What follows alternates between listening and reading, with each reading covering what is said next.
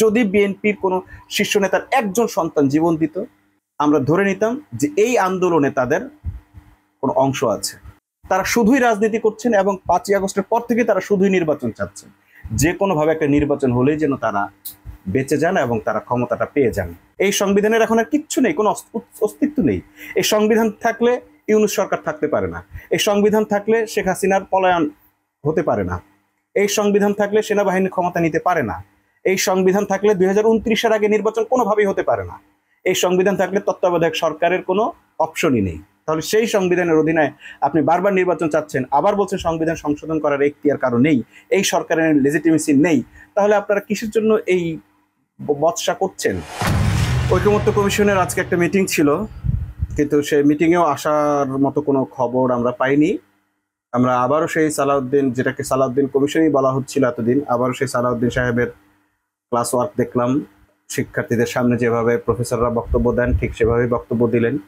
তিনি একটি বিষয় বোঝাতে চেষ্টা করলেন, কিন্তু ঘুরিয়ে পেঁচিয়ে সেই একই জায়গায় আসলেন। আসলে কি বুঝলেন বা কি বোঝাতে চেষ্টা করলেন তা আমরা কিছুই বুঝি নাই। আদৌ কি এই সংবিধানের অধীনে নির্বাচন সম্ভব কি না, এ ব্যাপারটা তিনি স্পষ্ট করেন নাই। কিন্তু তিনি চান সংবিধান পরিবর্তন না হোক। যদি সংবিধান পরিবর্তন না হয়, তিনি আরো একটি বিষয় বোঝাতে চেষ্টা করেছেন, সংবিধান পরিবর্তনের ক্ষমতা এই সরকারের নেই।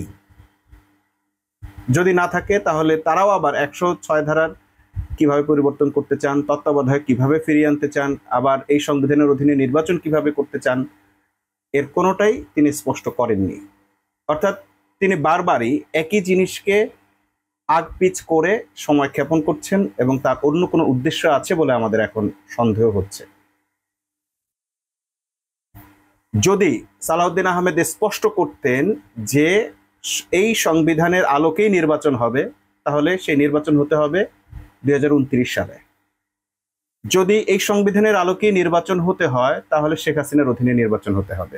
কিন্তু তিনি সেগুলো স্পষ্টভাবে বলতে পারছেন না, অথচ তিনি সেটাই বলতে চাচ্ছেন। কারণ আমরা সালাউদ্দিনের যে প্রিভিয়াস হিস্ট্রি দেখেছি, তাকে ইন্ডিয়াতে খুব ভালোভাবে রাখা হয়েছে এবং তাকে খুব ভালোভাবে প্রশিক্ষিত করা হয়েছে, এবং একটি বিশেষ বাহিনী, ভারতের বিশেষ বাহিনী র তাকে ভালোভাবে প্রশিক্ষিত করেছে বলে একটি গুঞ্জন আমরা শুনতে পেয়েছি।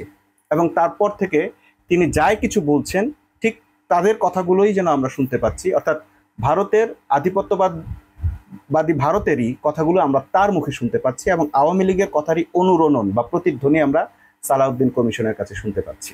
এই ব্যাপারটা আমাদের জন্য খুবই হতাশার, কারণ এই কমিশন গঠনের জন্য, এই নতুন রাষ্ট্রীয় ব্যবস্থার জন্য হাজার হাজার শিক্ষার্থী পঙ্গু হয়েছে, কয়েক হাজার শিক্ষার্থী জীবন দিয়েছে। যারা জীবন দিয়েছে তারা কিন্তু এই ধরনের কফি হাউস টাইপের বা চা পান বিরতি টাইপের, হ্যাঁ, চা খেয়ে খাবে, আড্ডা দেবে, বছর পর বছর সময় নেবে, যা খুশি তাই করবে, বিতর্ক করে রাষ্ট্রকে একটি আবারও সেই ভিনদেশীদের তাবেদার বানাবে। এইরকম কোনো কাজের জন্য, এরকম কোনো কিছুর জন্য কিন্তু আসলে এই শিশুরা, এই কিশোররা, এই ছাত্ররা জীবন দেয়নি। যদি বিএনপির কোনো শীর্ষ নেতার একজন সন্তান জীবন দিত, আমরা ধরে নিতাম যে এই আন্দোলনে তাদের কোনো অংশ আছে। যদি এই শহীদদের দায়িত্ব বিএনপি নিত, সালাউদ্দিন কমিশনরা নিত, তাহলে আমরা ধরে নিতাম এই বিপ্লবে তাদের অংশীদারিত্ব আছে। তারা শুধুই রাজনীতি করছেন এবং 5ই আগস্টের পর থেকে তারা শুধুই নির্বাচন চাচ্ছেন। যে কোনোভাবে একটা নির্বাচন হলেই যেন তারা বেঁচে যান এবং তারা ক্ষমতাটা পেয়ে যান। এটা কেন হবে? যে রাষ্ট্রীয় ব্যবস্থার জন্য মানুষ জীবন দিয়েছে, সেই মানুষের আকাঙ্ক্ষা কেন এখানে প্রতিফলিত হবে না? তারা কোনো কিছুই নির্বাচনের আগে করতে চান না। জন আকাঙ্ক্ষা কি, জনগণের আকাঙ্ক্ষা কি, পিপলস উইলটা কি, সেটা পর্যন্ত যাচাই করার মতো কোনো ক্ষমতা কিংবা কোনো নির্বাচন তারা দিতে রাজি না। গণপরিষদ নির্বাচনও না, কিংবা গণভোটও না, কোনো কিছুই তারা করতে চান না। যে গণভোট জিয়াউর রহমান নিজে করে গেছেন, সেই গণভোট এখন তারা চাইছেন না। তারা একটা নির্বাচনে চান, কিন্তু সেই নির্বাচন আবার এই সংবিধানের অধীনে চান, যে সংবিধান অলরেডি স্থগিত, যে সংবিধানকে অন্তত 57টা ধারায়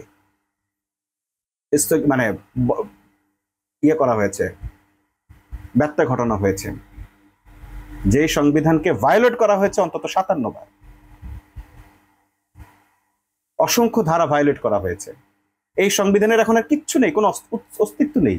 এই সংবিধান থাকলে ইউনূস সরকার থাকতে পারে না, এই সংবিধান থাকলে শেখ হাসিনার পলায়ন হতে পারে না, এই সংবিধান থাকলে সেনাবাহিনীর ক্ষমতা নিতে পারে না, এই সংবিধান থাকলে 2029-এর আগে নির্বাচন কোনোভাবেই হতে পারে না, এই সংবিধান থাকলে তত্ত্বাবধায়ক সরকারের কোনো অপশনই নেই। তাহলে সেই সংবিধানের অধীনে আপনি বারবার নির্বাচন চাচ্ছেন, আবার বলছেন সংবিধান সংশোধন করার এখতিয়ার কারো নেই, এই সরকারের লেজিটিমেসি নেই। তাহলে আপনারা কিসের জন্য এই বচসা করছেন? কেন আপনি স্পষ্টভাবে বলছেন না যে শেখ হাসিনাকেই আসতে হবে, তাকে এসে সমাধান করতে হবে?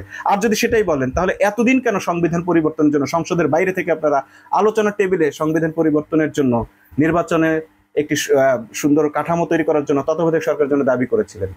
আমরা প্রত্যেকবার দেখেছি সংসদ শেষ হয়ে যাওয়ার পরও বিএনপি আলোচনার টেবিলে আহ্বান করেছেন আওয়ামী লীগকে যেন নির্বাচনের উপলক্ষে একটি টকশো হয়, আলোচনা হয়, এবং সেই আলোচনায় যেন তত্ত্বাবধায়ক সরকারের, নিরপেক্ষ সরকারের অধীনে নির্বাচন হয়। যেই সংবিধানে লেখা আছে তত্ত্বাবধায়ক সরকারের অধীনে আর কোনো নির্বাচন হবে না, কেবলমাত্র নির্বাচিত সরকারের অধীনেই নির্বাচন হতে হবে। নির্বাচিত সরকারের অধীনের বাইরে একদিনের জন্য এই সংবিধানে কারো হাতে ক্ষমতা যাওয়ার কোনো সুযোগ নেই। বারবারই এই সংবিধানকে দেখিয়ে দেখিয়ে 3টা ফ্যাসিবাদী নির্বাচন করলো শেখ হাসিনা, এখন আবার সেই সংবিধানকেই আপনারা দেখাচ্ছেন আরেকটি ফ্যাসিবাদী ক্ষমতার উত্থানের জন্য। এই টকশোতে বসে বসে আপনারা যে কফি পান করছেন, যে চা খাচ্ছেন, এগুলো রাষ্ট্রের অপচয় ছাড়া আর কিচ্ছু না। এই সালাউদ্দিন কমিশনের কাজ অবিলম্বে বন্ধ করা হোক, যা হবার মাঠে সংগ্রামের মধ্য দিয়ে হবে। প্রয়োজনে আবার জনগণ জীবন দিবে এবং জনগণের অধিকার জনগণ প্রতিষ্ঠা করে ছাড়বে। আমরা আর এক মুহূর্তের জন্য এই ঐক্যমত্য কমিশনকে দেখতে চাই না। এই সালাউদ্দিন কমিশন আজকে, এখন থেকে চিরস্থায়ীভাবে বন্ধ হোক। এরা চিরকাল এই আলোচনা করতে করতে জীবনের পর জীবন পার করে দেবে, কিয়ামত চলে আসলে এরা কখনো ঐক্যমত্যে পৌঁছতে পারবে না, গ্যারান্টি দিয়ে বললাম। বিএনপি হচ্ছে শক্তের ভক্ত, নরমের জম। শেখ হাসিনা ফিরে আসা ছাড়া এই সংবিধানের কোনো সমাধান হবে না, হওয়া সম্ভব নয়। আর সেই শেখ হাসিনাকে ফেরাবার জন্যই পরোক্ষ কৌশলে প্যাসিভ স্টাইলটা গ্রহণ করেছে বিএনপি, এ সালাউদ্দিন। এটা যদি আপনাদের কারো বুঝতে বাকি থাকে, আপনারা বোঝার চেষ্টা করেন, আরো সময় নেন, দেখেন আপনারা বুঝতে পারেন কিনা। আর ফেব্রুয়ারিতে নির্বাচন হবে, হ্যাঁ হতে পারে। সেই নির্বাচন একদিন স্টে করে কিনা, 1 থেকে 1 মাসের মধ্যে সেই নির্বাচন বাতিল বলে গণ্য হবে। আবারও বিপ্লব হবে। যদি আবারও সেই বিপ্লবে আবারও রক্তপাতের সেই ঘটনা ঘটুক এমনটি না চান, তাহলে এই ঐক্যমত্য কমিশনকে এখনই স্টপ করেন এবং এখনই আন্দোলন করে যে দাবি আদায় করা সেটা করেন। দয়া করে রাজনৈতিক দলগুলোর কাছে আমাদের মিনতি, আপনারা আর জাতির সঙ্গে খেলবেন না, বেইমানি করবেন না। আমরা ইতোমধ্যেই দেখেছি যারা এতদিন সংস্কারের পক্ষে কথা বলেছে, সংবিধান পরিবর্তনের পক্ষে কথা বলেছে, পিআরের পক্ষে কথা বলেছে, উচ্চকক্ষের পক্ষে কথা বলেছে, তারা সবাই তাদের অবস্থান থেকে সরে এসেছে। কেবলমাত্র বিএনপি সরে নেই। তারা এই গোয়ার্তুমি ভাবে একগুয়ে আচরণ করে যাচ্ছে। তারা এই সংবিধানের অধীনে নির্বাচন চায় এবং এই সরকারকে কোনো রকম বৈধতা তারা দিতে চায় না। আবার যখন তাদের প্রয়োজন হয় বলে যে এটা পিপল উইলসের কারণে এই সরকার বৈধ।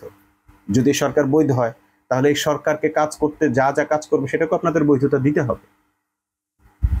যখনই আপনাদের উপর কখনো কোনো কাজের উপর চাপ প্রয়োগ করা হয় যে এটা মেনে নিন বা ওটা মেনে নিতে হবে, বা কিছু করতে যায়, চুপ্পুকে সরাতে চাইলো, রাষ্ট্রপতিকে সরাতে চাইলো, সংবিধান পরিবর্তন করতে চাইলো, সংস্কার করতে চাইলো, আপনারা সবখানে বাধা দিচ্ছেন আর বলছেন এটা করার ক্ষমতা এই সরকারের নাই। তাহলে এই সরকারের কি ক্ষমতা আছে? আপনাদের হাতে ক্ষমতা তুলে দেওয়ার ক্ষমতা? এই দায়ভার তাদেরকে কে দিল? বিএনপির হাতে, সালাউদ্দিনের হাতে ক্ষমতা তুলে দিতে হইবে, এই মর্মে তাকে, এই ডক্টর ইউনূসকে কে দিল এই ক্ষমতা? এই ক্ষমতা কেউ দিয়েছে এরকমটি আমরা দেখি নাই। আজকে আবার সেই পুরনো প্যাচাল, 5-6টা করে রিকমেন্ডেশন দিচ্ছে, কি হতে পারে না পারে এগুলো সাজেশন দিচ্ছে। আজকেও সেই ঢিলে ঢালা স্টাইলে সময়ের পর সময় ক্ষেপণ করে তার কথা বলেই যাচ্ছে, সেই বিতর্ক, সেই একই কথা আবার বলেই যাচ্ছে। এক কদম আগায়নি ঐক্যমত্য কমিশন। প্রধান উপদেষ্টার কাছে ঐক্যমত্য কমিশনের প্রধান যিনি, তার কাছে উপস্থাপনের মতো কিছুই আজ ঐক্যমত্য কমিশন নিয়ে যেতে পারেনি, আলী রিয়াজ কমিটি নিয়ে যেতে পারেনি।